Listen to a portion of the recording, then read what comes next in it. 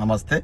ఈరోజు హైడ్రా కమిషనర్ ఏవి రంగనాథ్ గారి మీద తెలంగాణ హైకోర్టు న్యాయమూర్తి అనిల్ కుమార్ జుక్కంటి గారు ఏదైతే తీర్పు ఇచ్చిరో ఆ తీర్పును చూసిన తర్వాత ఇంకా న్యాయం బతికి ఉంది, ప్రజలకు కూడా జ్యుడిషియల్ సిస్టమ్ మీద నమ్మకం కలిగే విధంగా వారి తీర్పు ఉందని నేను అభిప్రాయపడుతున్నాను. లోతుకుంటలో ఉన్నటువంటి శాంత శ్రీరామ్ కన్స్ట్రక్షన్ అనేటువంటి ఒక కంపెనీ 40 ఎకరాల భూమి ఉంది. అది సర్వే నెంబర్ 12లో ఉంది. దాని మీద కొన్ని కోర్టు కేసులు వస్తే ఈ హైడ్రా వాళ్ళు ఏమైనా తీవ్రమైన చర్యలు తీసుకుంటారని వాళ్ళు పోయి కోర్టు దగ్గర పోయి పర్మిషన్ వాళ్ళు ఆ యొక్క స్టే తెచ్చుకున్నారు. అయినప్పటికీ కూడా ఉల్లంఘించి హైడ్రా కమిషనర్ గారు హైడ్రా యొక్క సిబ్బందిని పంపించేసి విధ్వంసానికి తెగబడడంతో వారు కోర్టుకు వెళ్లారు. తెగబడి ఇట్లా మమ్మల్ని ఇబ్బంది పెడుతున్నారు హైడ్రా కమిషనర్ రంగనాథ్ గారు, ఎందుకు ఒక కక్ష సాధింపు అనిపిస్తా ఉంది, దీని మీద చర్యలు తీసుకోమంటే ఇవాళ అన్ని ఇంతములు గతంలో కూడా చాలా ఎందుకంటే 63 సార్లు కోర్టు ధిక్కరణ కేసులు ఒక బాధ్యతాయుతమైనటువంటి ఆఫీసర్ మీద 63 సార్లు రావడం అనేది ఉందో అది చాలా తీవ్రమైన విషయం. ఎన్నోసార్లు కోర్టు హెచ్చరించింది, రంగనాథ్ గారు మీరు చేస్తున్న కరెక్ట్ కాదు, మీరు చట్టాన్ని ఉల్లంఘిస్తున్నారు, పదే పదే ఉల్లంఘిస్తున్నారు.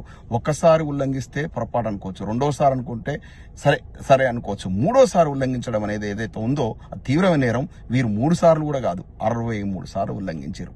ఏదైతే శశిపాల వద 100 తప్పులు అయిన తర్వాత శ్రీకృష్ణుడి చేతులు శశిపాలుడు ఏ విధంగా అయితే హతమైండో ఇవాళ హైడ్రాసురుడిగా పేరు తెచ్చుకున్నటువంటి ఏవి రంగనాథ్ గారి పదవిని కోల్పోవాల్సిన పరిస్థితి వచ్చింది. పదే తప్పులు, ఒక బాధ్యతాయుతమైన పదవిలో ఉన్నోడు అంటే నేరాలు చేయడానికి అలవాటు పడ్డ వ్యక్తిలా ప్రవర్తిస్తున్నాడని జస్టిస్ అనిల్ కుమార్ గారు ఏదైతే వ్యాఖ్యానించారో అత్యంత తీవ్రమైన వ్యాఖ్యలు.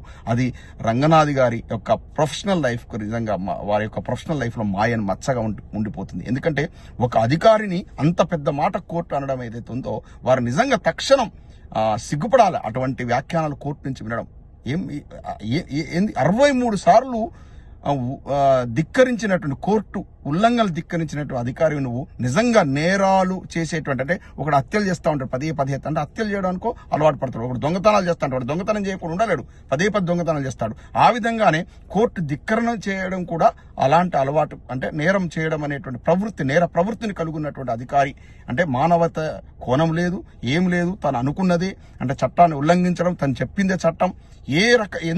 ఎంతకు పోయిందంటే ఈ రంగనాథ్ గారు అంటే రేవంత్ రెడ్డి గారి ప్రోద్బలం ఉంది. ఎందుకంటే ఈయన డైరెక్ట్ గా రేవంత్ రెడ్డి గారికే రిపోర్ట్ చేస్తారు, మధ్యలో ఇంకెవరో మినిస్టర్లు ఇంకెవరో లేరు. ఏవి రంగనాథ్ గారు డైరెక్ట్ గా రేవంత్ రెడ్డి గారికి రిపోర్ట్ చేస్తారు. ఇవాళ హైకోర్టు చేసినటువంటి కామెంట్స్ అన్ని కూడా ఇండైరెక్ట్ పరోక్షంగా రేవంత్ రెడ్డి గారి మీద చేసినాయే. అంటే రేవంత్ రెడ్డి గారు ఎప్పుడు కూడా ముఖ్యమంత్రి గారు డైరెక్ట్ పోయి కార్యాచరణ చేయడు, ముఖ్యమంత్రి గారు ఆదేశిస్తే అధికారులు చేస్తారు. కాబట్టి కేసులన్నీ గతంలో కూడా ఐఏఎస్ ఆఫీసర్లు ఐపీఎస్ ఆఫీసర్లు చాలా మంది జైలుకు పోయారు. ఎందుకంటే వాళ్ళు ఈ యొక్క మంత్రులు చెప్పింది గుడ్డిగా విని అంటే ఫాలో అయ్యి, ఎందుకంటే వారిని ప్రేజ్ చేయడం కోసం ముఖ్యమంత్రి గారు చెప్పారు, ముఖ్యమంత్రి గారిని సంతోష పెట్టాలి, వారు చెప్పిన పని చేయాలని అంటే చట్టాన్ని ఉల్లంఘించడం అటువంటి కార్యక్రమాలు చేసి చాలా మంది శ్రీలక్ష్మి ఐఏఎస్ ఆఫీసర్ కూడా అప్పుడు జైలుకి వెళ్లారు, మనం చూసాం. అదేవిధంగా ఇవాళ రంగనాథ్ గారికి కూడా ఇలాంటి తప్పుడు పనులు చేయడం వల్ల ఈ దుస్థితి నెలకొంది. వారి యొక్క ప్రొఫెషనల్ లైఫ్ లో ఇదొక చీకటి రోజు, ఒక మాయని మచ్చ. చాలా ఘోరమైన కామెంట్ చేసిందండి హైకోర్టు, ఏ అధికారం చేయదు. ఇప్పుడు దీనికి తక్షణంగా పరోక్షంగా రేవంత్ రెడ్డి గారు ఆజ్ఞల ప్రకారం చేసిన రేవంత్ రెడ్డి గారు రాజీనామా చేయాలి. యాక్చువల్గా ఏమాత్రం చిత్తశుద్ధి ఉన్నా కూడా, ఎందుకంటే ఇండైరెక్ట్ రేవంత్ రెడ్డి గారిని అన్నట్టే కాంగ్రెస్ ప్రభుత్వాన్ని అన్నట్టే మీరు ఉల్లంఘిస్తున్నారు, చట్టాన్ని ఉల్లంఘిస్తున్నారు. ఎందుకంటే చట్టాలు చేసేటువంటి ప్రభుత్వమే, చట్టాలు చేసేటువంటి ముఖ్యమంత్రి గారే, చట్టాలను అమలుపరచాల్సిన అధికారులే చట్ట ఉల్లంఘన చేస్తే ఇక సామాన్య ప్రజలు ఎవరికి చెప్పుకోవాలి? అంటే ప్రజలకు ఏదన్నా ఆపదొస్తే అధికారులను సంప్రదిస్తారు, మంత్రులను ముఖ్యమంత్రి గారిని సంప్రదిస్తారు, కానీ వాళ్లే చట్ట ఉల్లంఘన చేస్తుంటే ఏం ముఖ్యమంత్రి గారు మీకు ఓవైసీ గారి ఫాతిమా కాలేజ్ కనపడుతుందా? కనపడట్లేదా? క్లియర్ ఎంక్రోచ్మెంట్ కదండి, నడి చెరువులో కట్టారు కదా, అది కనపడదు. మీ బ్రదర్ అనుమల తిరుపతి రెడ్డి గారు కోమో టైం ఇస్తారు, వారు పోయి కోర్టు పోయి స్టే తెచ్చుకుంటారు, అది FTL పరిధిలో ఉన్నా కూడా దాని మీద చర్యలు తీసుకోవడానికి మీకు రావు, ఎందుకంటే సొంత సోదరుడు కదా, మీ కుటుంబం కదా. కానీ సామాన్యులు ఎన్ని వేల కుటుంబాలు నండి, వాళ్ళ ఏడుపులు మీ కంటికి కనపడలేదా? ఒక సందర్భంలో మీరు అన్నారు వాళ్ళ ఏడుపులు నాకు చాలా ఆనందాన్ని కలిగిస్తున్నాయనే విధంగా అర్థం వచ్చేలాగా మాట్లాడారు. హైడ్రాన్ పెట్టిందే హిట్లర్ స్ఫూర్తిగా తీసుకుని అని చెప్పారు. హిట్లర్ ఎంత నరరూప రాక్షసుడు చూశారు కదా, నరరూప రాక్షసుడిలాగా మారింది హైడ్రా సురుడిగా పేరు తెచ్చుకున్నాడు, ఒక సమర్థవంతమైన అధికారిగా పేరు తెచ్చుకున్నటువంటి రంగనాథ్ గారిని ఇలా భ్రష్టు పట్టించింది ఎవరు? మీ డైరెక్షన్ కాదా రేవంత్ రెడ్డి గారు? మీ వల్ల రంగనాథ్ గారి యొక్క ప్రొఫెషనల్ లైఫ్ ఇలా భ్రష్టు పట్టిపోయింది. ఆయన తీవ్రమైనటువంటి వ్యాఖ్యలు ఇవాళ అవసరమైతే కోర్టు జైలు కూడా పంపుతా అని చెప్పింది. అటువంటి దుస్థితికి దిగదార్చింది ఎవరు? అంత మంచి అధికారాన్ని దిగదార్చింది ఎవరు? మీ ప్రభుత్వం కాదా?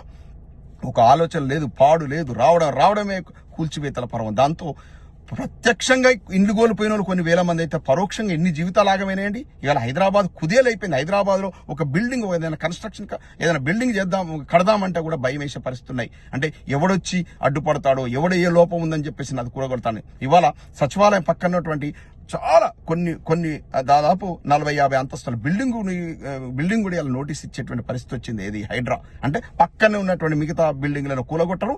ఎవరినైతే కక్ష సాధింపు చేయాలో, ఎవరినైతే ఇబ్బంది పెట్టాలో వాళ్ళకి మాత్రం నోటీస్ ఇస్తారు.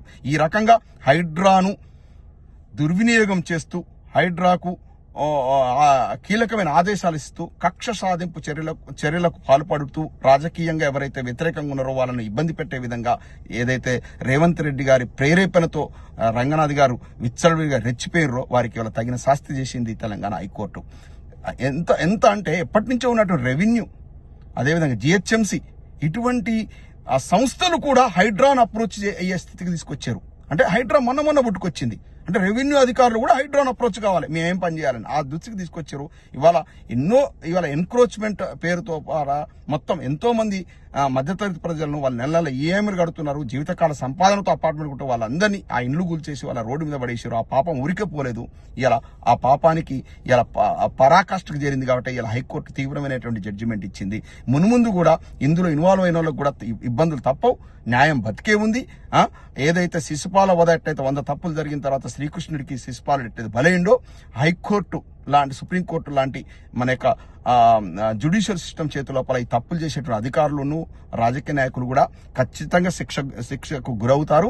ఇప్పుడైనా ఆపండి, రేవంత్ రెడ్డి గారు రివ్యూ చేసుకోండి. ఏమైనా ఉంటే ప్రజలకు ఉపయోగ పనులు చేయండి. మీరే గతం లోపల ఎన్నో కార్యక్రమాల లోపల ప్రెస్ మీట్లలో పాల్గొని చిన్న తప్పులుంటే బిల్డింగ్లు కూలగొడతారా, వాళ్ళ జీవితకాలం సంపాదించ కట్టుకున్నటువంటి ఇండ్లను కూలగొడతారా, వాటిని ఏదైనా పెనాల్టీస్ రెగ్యులరైజ్ చేయొచ్చు అన్నారు. కానీ అది మీకు ఇప్పుడు ఇవాళ అలాంటి మానవతా కోణం మీలో లేదు. ఇవాళ ఏం చేస్తున్నారు? కూలగొట్టుడే ధ్యేయంగా పెట్టుకున్నారు. కూలగొట్టుటే ఏమైంది? మొత్తం తెలంగాణ సర్వనాశనం అయింది. వెలుగుమట్ల దుర్ఘటన చూసాం. వెలుగుమట్ల కొన్ని వందల కుటుంబాల రోడ్డు ఓవర్ నైట్ అంటే వాళ్ళ మొత్తం రోడ్డు మీద పడేసారు. చిన్న పిల్లల ఆక్రందనలు చూసాం. ఆ చెట్ల కింద వాళ్ళు పడుకొని ఆ చిన్న బేబీలు అటు వాళ్ళు ఏడుస్తున్న సంఘటనలు చూసాం. హృదయ విధానం అంత పాపం ఊరికపోతుంది. పాపం తగులుతుందండి. ఇప్పటికైనా రివ్యూ చేసుకోండి. ఇలాంటి కార్యక్రమాలను పక్కబెట్టండి. ప్రభుత్వం ఎప్పుడు కూడా మానవతా కోణంలో ఉండాలి, అధికారులు కూడా ఎప్పుడు కూడా మానవతా కోణంలో ఉండాలి తప్ప ఇట్లాంటి అరాచక చర్యలు గవర్నమెంట్ చేయడం అయితే పద్ధతి కాదు. ఈ విషయాన్ని ప్రజలంతా కూడా గమనించారు. మీకు రాబోయే రోజుల లోపల ఖచ్చితంగా కూడా హైదరాబాద్లో అయితే ఇక కాంగ్రెస్ పార్టీకి ఇక భూస్థాపితమే. మీరు చేసినటువంటి దుర్మార్గాలు అన్ని కాదు మీ ప్రభుత్వం. ఇలా జరుగుతుందండి. ఇవాళ కోర్టులు ఇన్వాల్వ్ అయితే గానీ ప్రజలకు ఏదో ఉపశమనం కలిగే పరిస్థితి లేదు. ఎందుకంటే ప్రభుత్వం మీద నమ్మకం పోయినప్పుడే కదా ప్రతి ఒక్కరు కోర్టుకు పోయేది. కోర్టుకు పోయారంటేనే ప్రభుత్వం ఫెయిల్ అయిందని అర్థం. మొత్తానికి ఇవాళ ఈ యొక్క ఏవి రంగనాథ్ గారిని తక్షణమే బర్తరఫ్ చేయాలి, వారి స్థానంలో ఇంకో అధికారిని నియమించాలి. వీరు చాలా తప్పులు చేసినారు రేవంత్ రెడ్డి గారి డైరెక్షన్ లో అనేటువంటి అర్థం వచ్చే లోపల ఇవాళ తెలంగాణ హైకోర్టు ఇచ్చిన జడ్జిమెంట్ మాత్రం చరిత్రలో ఉంటుంది. ఇంకా న్యాయంని బతికించిందని నేను విశ్వసిస్తున్నాను. జై తెలంగాణ.